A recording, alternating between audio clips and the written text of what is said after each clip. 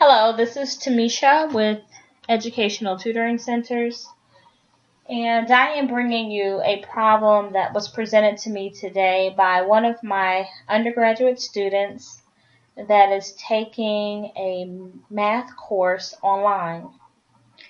And this problem I wanted to do a video on because it's a video that's not typical for a course that this problem appeared in.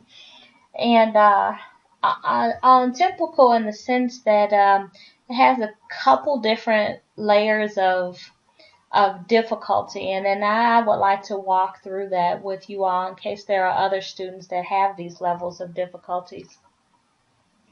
Now, typically, these are videos that I will record and hold them as private videos for the student that asked for assistance with this particular problem. And I wanted to share it with you all to let you know that if you are one of my students, whether I'm meeting with you face-to-face or if you're one of my distance students that I meet with online, this is a service that I will provide for you in between times at no additional cost. So let's begin to look at this problem. The problem says f of x is equal to 4x minus 32x minus 144. This is a polynomial, and typically you would solve for this by finding the factors and then solving for x. But this particular problem has an exponent of 4. Okay, so it's not as simple as just opening two group of parentheses and basically going through the steps of unfoiling. And also in this problem, they give you one of the zeros. And the zero is given to you as negative 2i. Now, many of you will recognize this as a complex number or imaginary number. And so you can't do it like you would, you think you might typically be able to do it. Now just know that in math, there's always more than one way to solve a problem. In this particular way, I'm going to show you using synthetic division. Now when you have complex numbers as a zero, you also have to know that one of your other zeros will be the conjugate of it. So we'll have a negative 2i, and we'll also have a positive 2i as zeros.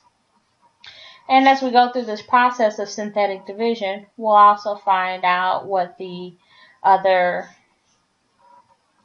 zeros are. And zeros are just simply where your graph touches or crosses the x-axis. Okay, so in order to do synthetic division, I pull the coefficients from each of these terms, okay? And I do it from the highest exponent down to the lowest. And when you don't see an exponent listed in numerical order, you will represent its coefficient as 0. So here we have x to the 4th power. The coefficient in front of it is understood to be 1. So I'll write a 1 here, okay? And then I would look for my next highest exponent, which should be an x cubed, x to the 3rd power. But there isn't one, so I would have to represent its coefficient as 0. The next would be x squared, which is here. Its coefficient is negative 32. And then I look for an x to the 1st term, or just x, but it is not here. So I would represent that with a 0. And then x to the 0 power is here. And it's represented as a constant because any variable or any number raised to a 0 power is equivalent to 1. So this is negative 144 x to the 0, which is times 1, which doesn't change its value. So I'll write a negative 144. Okay? Now, as part of the process of doing synthetic division, the first thing you do is bring this first number down. okay? And then you would multiply these two numbers by each other. So I have 1 times a negative 2i, and then I write that under here. And then I add the two together. So 0 plus a negative 2i is just negative 2i. And then I will multiply again. Negative 2i times a negative 2i would be 4i squared. So that's a positive 4. And then the I squared makes a negative 1. So that would be negative 4 and a negative 32, which will make a negative 36.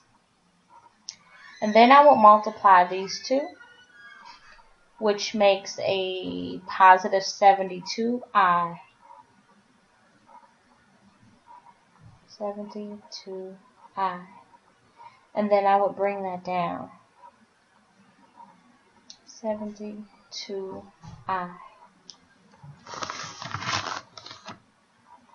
And then I would multiply the negative 2 times 72, negative 2i times the 72i, which would give me a negative 144i squared, which we know I squared is equivalent to a negative 1. So then that will give me a positive 144 to add to negative 144, which gives me a 0. Okay. Now, I could write this out as a polynomial, but on this particular problem, I'm not going to do that because I have a fourth term, a fourth power here, which means at this level, I would just be at an x cubed. And I really want to try to get that as simple as I can get it down to an x squared.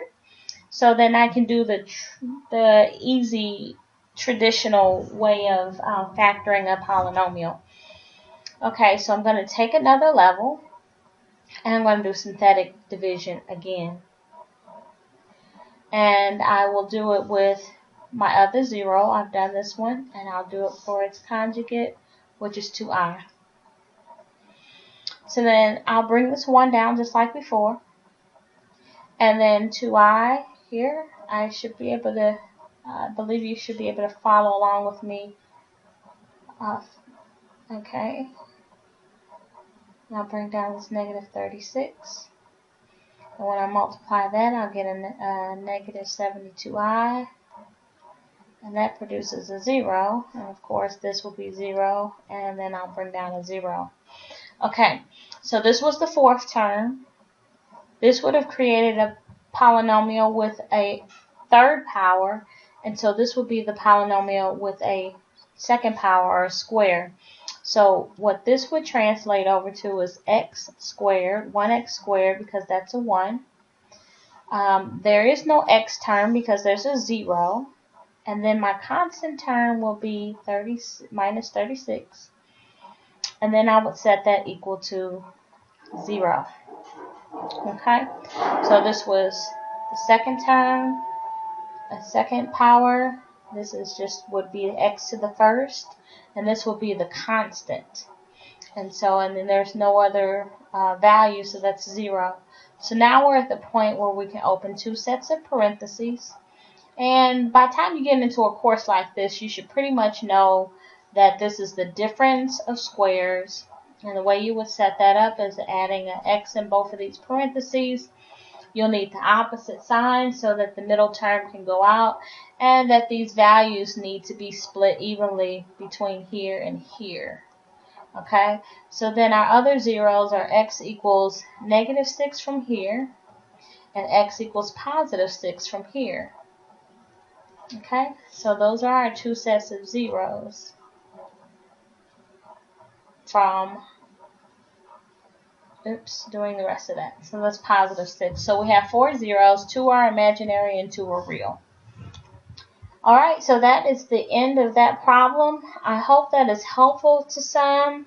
I don't think at any time throughout my undergraduate career did I see a problem like that.